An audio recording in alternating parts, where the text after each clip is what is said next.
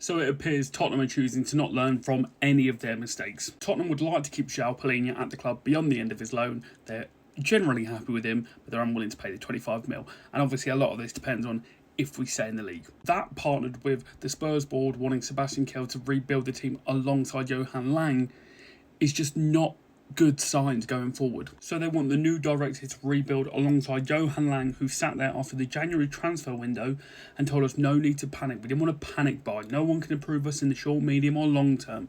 Don't worry, some of the injured players are coming back soon, who we've still pretty much yet to see, bar Maddison on the bench at the weekend.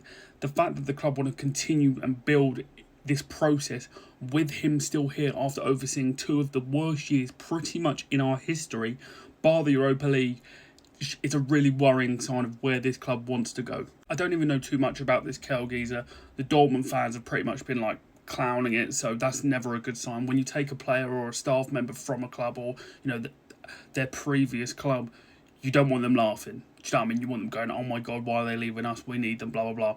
But if they're happy to laugh, that's a scary move. So I don't really know too much about him. Not really going to judge until that's all said and done. But the real worrying sentence is alongside Johan Lang, which means his job doesn't seem to be under any sort of threat, despite the absolute dross we've been served up. And back to Palhinha, do you know what I mean? Obviously, again, a lot of this is riding on if we're even still in the Premier League.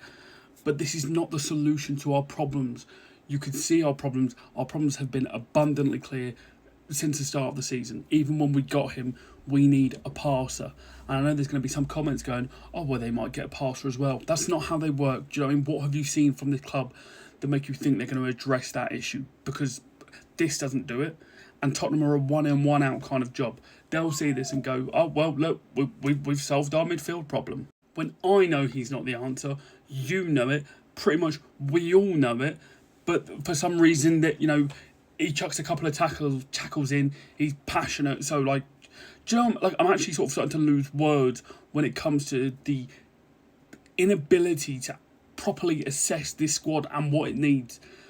Because I'm sorry, João Palhinha is not it. Yes, he seems like a lovely bloke, he tries very hard, but there is nothing to give us hope at the moment, because even if we do manage to stay in the Premier League, we're still going to have the same clowns making the same clown decisions as we've had all year. And again, it's not personal to, you know, Palhinha or this new sporting director.